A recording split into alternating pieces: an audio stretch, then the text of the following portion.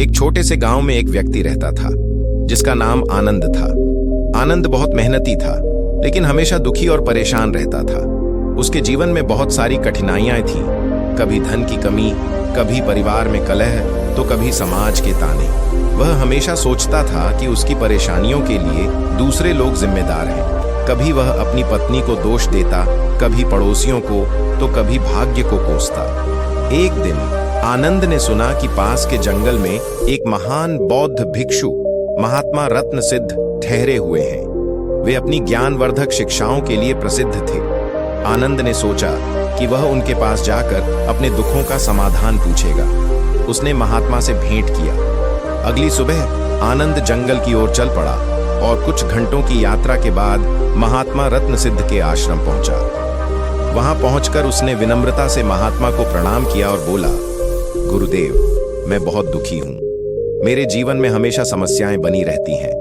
कृपया मुझे बताइए कि मुझे यह दुख कौन देता है। महात्मा ने मुस्कुराते हुए कहा, वत्स, मैं तुम्हारे प्रश्न का उत्तर दूंगा, लेकिन पहले तुम्हें एक कार्य करना होगा। आनंद ने पूछा, कैसा कार्य गुरुदेव? महात्मा ने आनंद से कहा, तुम गांव में जाओ और सबसे दुखी व्यक्ति को खोजकर यहां लाओ। ध्यान रहे, जिसे भी तुम लाओ वह अपने दुख के लिए किसी और को दोष देता हो। आनंद को यह कार्य आसान लगा।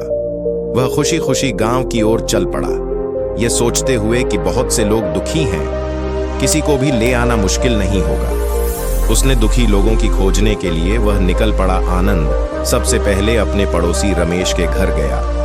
रमेश हमेशा अपने आर्थिक संकट को लेकर दुखी रहता था। आनंद ने उससे पूछा, भाई, तुम क्यों दुखी हो?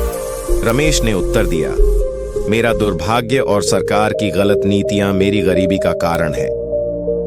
आनंद समझ गया कि रमेश अपने दुख के लिए दूसरों को दोष देता है। वह उसे महात्मा के पास ले जाना चाहता था, लेकिन उसने सोचा कि और भी लोगों से मिलकर देखे। फिर वह गांव के बुजुर्ग शिव नारायण के पास गया। वे अक्सर अपने बच्चों से नाराज रहते थे। आनंद ने उनसे पूछा, बाबा, आप क्यों दुखी हैं?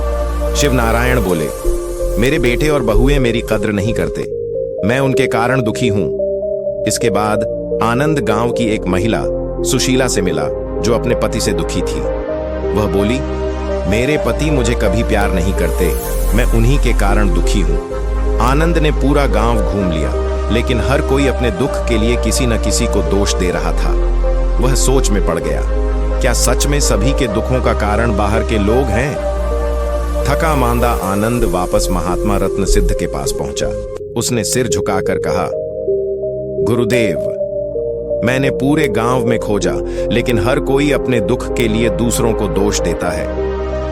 महात्मा ने मुस्कुराते हुए पूछा, क्या तुम्हें कोई ऐसा व्यक्ति मिला जो कहे कि उसका दुख उसी के कारण है? नहीं गुरुदेव, हर कोई अपने दुखों का कारण दूसरों को मानता है। महात्मा बोले, यही तुम्हारे प्रश्न का उत्तर है वत्स। हमें दुख कोई और नहीं देता, बल्कि हमारा अपना मन देता है। जब हम दूसरों को अपने दुख का कारण मानते हैं तो हम दुख के जाल में फंस जाते हैं।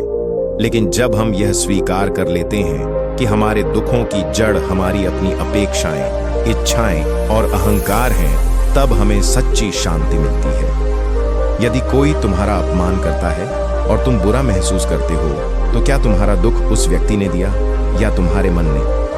आनंद कुछ क्षणों तक चुप रहा, फिर धीरे से बोला, मेरे मन ने।